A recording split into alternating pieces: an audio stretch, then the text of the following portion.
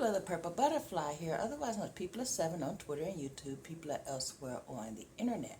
My soaps located at PurpleButterfly-soaps.myshopify.com, my blog, PurpleButterfly-people.blogspot.com. And today, when I was making a loaf of white bread in the bread maker, I apparently put in either too much water or the yeast was really active and it grew out of the bread machine this high up. In other words, it went to the top of the bread machine and I had to cut off the top. So basically I have this much overflow.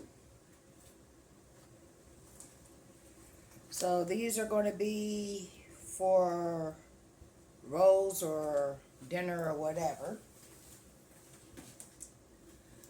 But for sandwich bread, the thing about artisan loaves, if I cut it as an artisan loaf this size, I'm only going to get 9 slices. If I cut it as sandwich bread, in other words, cut it through the middle and then slice that, I'll get 18 slices, which is a better number for me, seeing how I live alone and I eat sandwiches every day. So I'm going to show you what to do. A bread machine has an indentation on both sides. Find the part that looks more closer to the center, and you're going to cut that in half.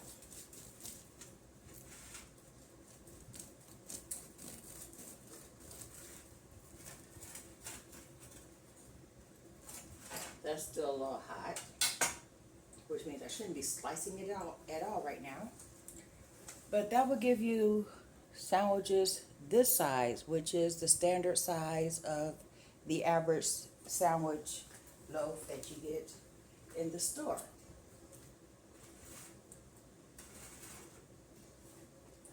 It just has a slightly different look because it doesn't have the little rise on the top because of this format.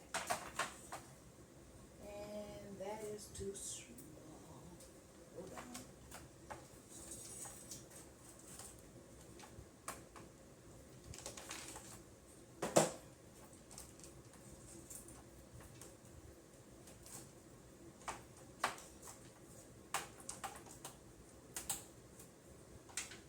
This is a medium crust, by the way. I meant to click light, but I kind of just forgot.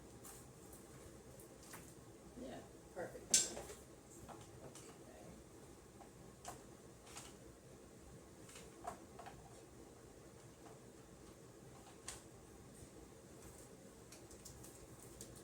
I'm going to move this over.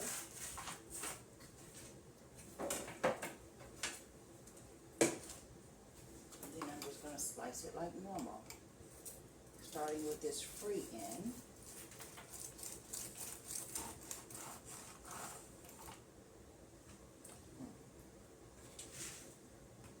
Let me move this chair out of the way.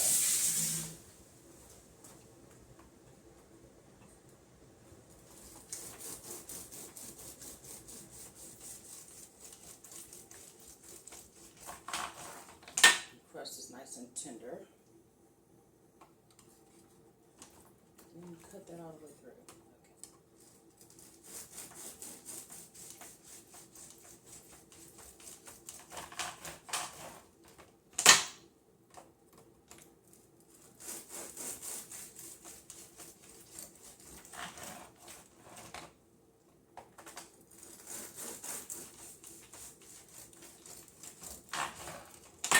This is my favorite size for the slices.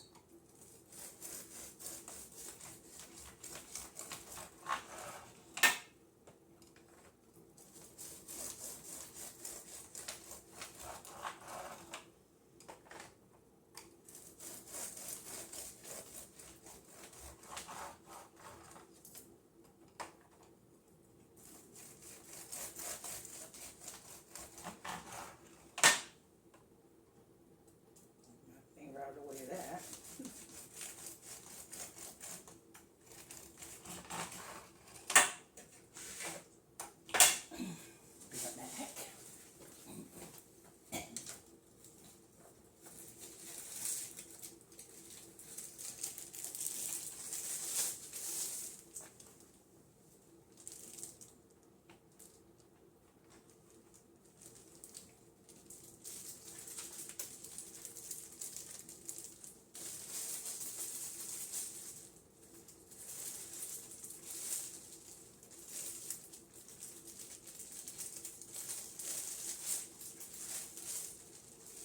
Making sure the end piece is on the end.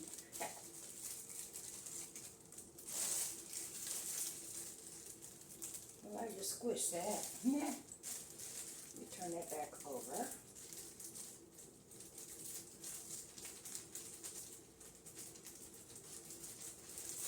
I didn't quite let it cool, but when the crust is actually very crunchy, cutting it while it's still warm makes the crust soften up. There we go.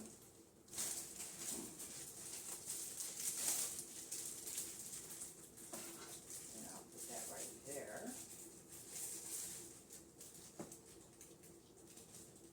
I'll stand it up later. And then we continue, and then I'll put it into the bag with the end piece facing that way, so that way I end up with 18 slices. Okay, that side actually came out very even.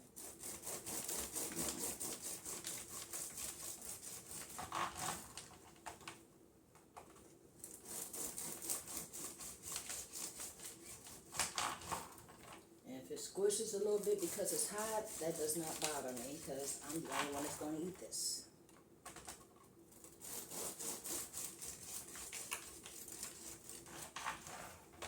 Now, if I was making it for somebody or cutting it for somebody, then yeah, I'll let it cool completely down. But that's not how we're doing it today. I just wanted to show you this technique.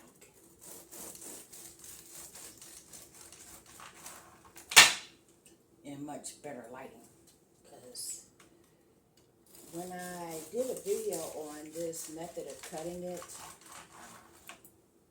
I was at the old house where even with bright lights, the camera showed very dark because it was LED lights, and in the age of incandescent lighting, the camera was an incandescent type and wasn't quite ready for the LED of it all, so it didn't show up well. Okay, now let's lift this piece out the way.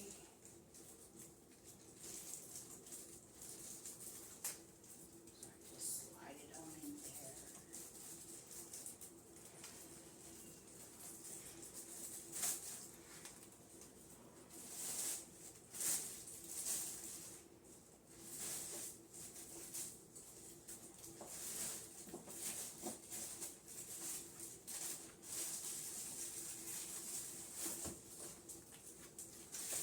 And that's what I like about these bread bags. When I do a double cut like that, it fits in the back. Yes.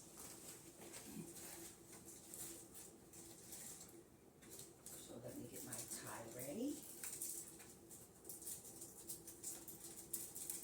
I don't like these ties, they're too flimsy. This company needs to make thicker ties.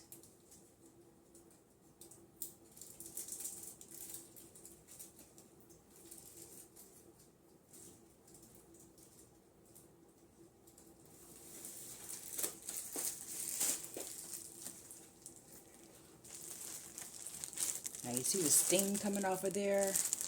That's going to soften up the nice crunchy I had with the crust. And the bread inside is already soft. So we're just going to let that finish cooling off. And then once that's done, it goes in the refrigerator.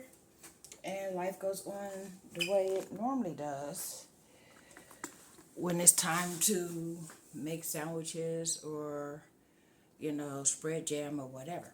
Just thought I'd share that cutting method, which is much easier with this bread guide than when I do it freehand. I usually use this cookie sheet.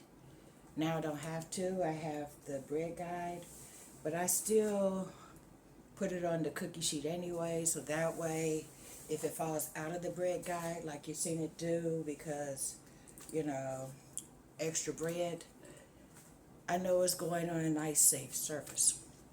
Anyway, this has been People7 on Twitter and YouTube, People elsewhere on the internet. My soaps located at PurpleButterfly soaps.myshopify.com, my blog, PurpleButterfly people.blogspot.com. Y'all stay blessed, stay tuned. Don't forget, while I'm thinking about it, on my soap page is also a couple of items that I'm basically reducing things I don't need in my house, and there is a leather coat that's a size medium, and I'm a different size, so I can't use it because of the fact that it's too little for me.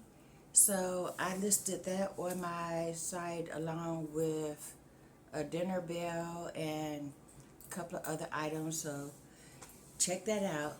So if you want my soaps, they're on the site. If you want a collectible item or a vintage coat, it's on the site. This has been People. Don't forget to like, comment, share, and subscribe.